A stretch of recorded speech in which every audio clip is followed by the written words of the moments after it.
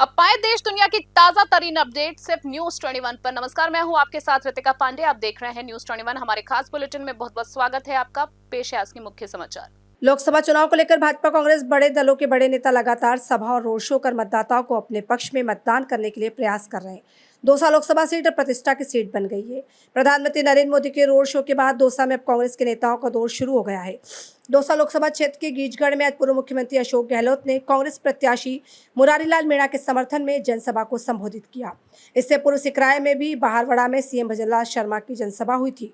उसी को लेकर अब माली समाज के मतदाताओं को साधने के लिए पूर्व मुख्यमंत्री अशोक गहलोत ने गीचगढ़ में सभा की। इससे बड़ी संख्या में अशोक गहलोत को सुनने के लिए लोग आए। इस अवसर पर पूर्व मुख्यमंत्री अशोक गहलोत ने कहा, पूरे देश को भाजपा गुमराह कर रही है। चुनावी बॉन्ड और सीबीआई का दुरुपयोग किया जा रहा है। लोग आशंकित है कि फिर चुनाव होंगे या नहीं। गहलोत ने कहा, भाजपा पार्टी ने वॉशिंग मशीन लगा रखी है। भाजपा में जाने वाले को वॉशिंग मशीन से साफ कर देते हैं। देश के हालात बिगड़ते जा रहे हैं। वर्तमान में 2 मुख्यमंत्री को जेल में बंद कर दिया है। देश को खालिस्तान नहीं बनने दिया जाएगा। कांग्रेस पार्टी गरीब, मजदूर, किसान, 36 कौम की पार्टी है। सबका हित कांग्रेस में ही निहित है। इस अवसर पर कांग्रेस प्रत्याशी मुरारीलाल मीणा, पूर्व मंत्री ममता भूपेश, पूर्व विधायक महेंद्र मीणा ने भी सभा को संबोधित किया। तो मोदी जी बार बार आ रहे हैं राजस्थान में।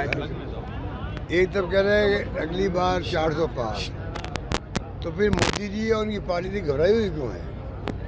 हमारे लोगों को तोड़ रहे हैं, डरा रहे हैं, धमका रहे हैं, ईडी, इनकम टैक्स, सीबीआई को भेज रहे हैं और कांग्रेस को छुड़ा के बीजेपी ज्वाइन करवा रहे हैं। नीतीश कुमार को ले गए। इस बार 400 पार हो रहे हो तो आप चाहते क्या हो? फिर आप ये तोड़ फोड़ क्यों कर रहे हो? इसका मतलब वो घबराए हुए हैं। आप देखेंगे चौंकाने वाले परिणाम आएंगे राजस्थान के अंदर। आरक्षण और संविधान एक बड़ा मुद्दा बना हुआ है। कांग्रेस के लोग ये कह रहे हैं कि संविधान खत्म हो जाएगा अगर माहौल ऐसा बन गया देश के अंदर कि आगे चुनाव होंगे कि नहीं होंगे, मोदी जीत गए तो लोकतंत्र खतरे में है। ये तो हरकतें दिख रही है हमें। 2 मुख्यमंत्री को जेल में डाल दिया आपने, कांग्रेस के अकाउंट बंद कर दिए, इलेक्ट्रल बॉन्ड के माध्यम से लूट लिया देश को, ईडी, इनकम टैक्स, सीबीआई के माध्यम से पैसा इकट्ठा कर लिया आपने। चंदा दो धंधा लो वाली बात हो गई। ये कैसे चलने वाला है? लोग अब समझ रहे धीरे धीरे। पब्लिक बहुत समझदार होती है। रॉबर्ट कॉमन सेंस एक्स्ट्राऑर्डिनरी है हमारे देश की जनता का।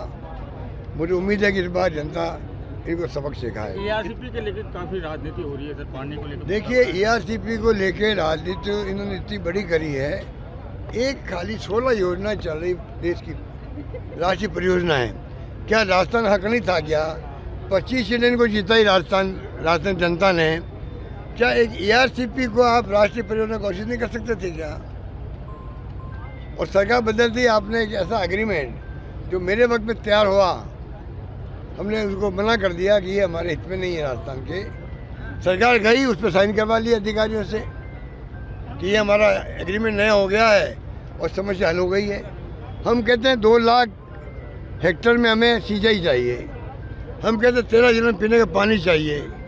और वो जो एग्रीमेंट हो रहा है उसे कुछ नहीं होने वाला, ना आने वाला है। तो कहने का मतलब जो एग्रीमेंट 2005 में हुआ था वसुंधरा जी के वक्त में, वही एग्रीमेंट आधार होना चाहिए आगे बढ़ने का। पर ये धोखा दे रहे हमें।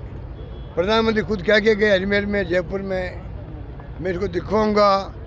क्या दिखाएंगे वो, जब आपके खुद के जो उस पर एक्सपर्ट थे राजस्थान सरकार में, एडवाइजर थे, वही अब आपके भारत सरकार के एडवाइजर है। नाम मैं भूल गया उनका।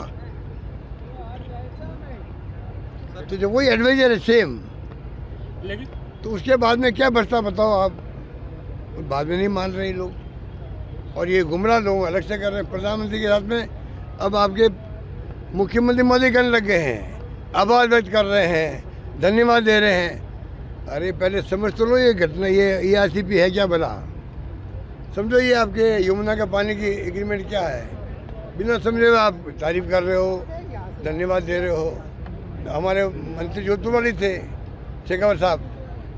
क्या शेखावत साहब राजस्थान के मंत्री, पानी के मंत्री, क्या एक योजना को वो राष्ट्रीय परियोजना घोषित नहीं करवा पाए? आप उससे अंदाज लगा लीजिए कि उनकी 5 साल में क्या स्थिति रही होगी।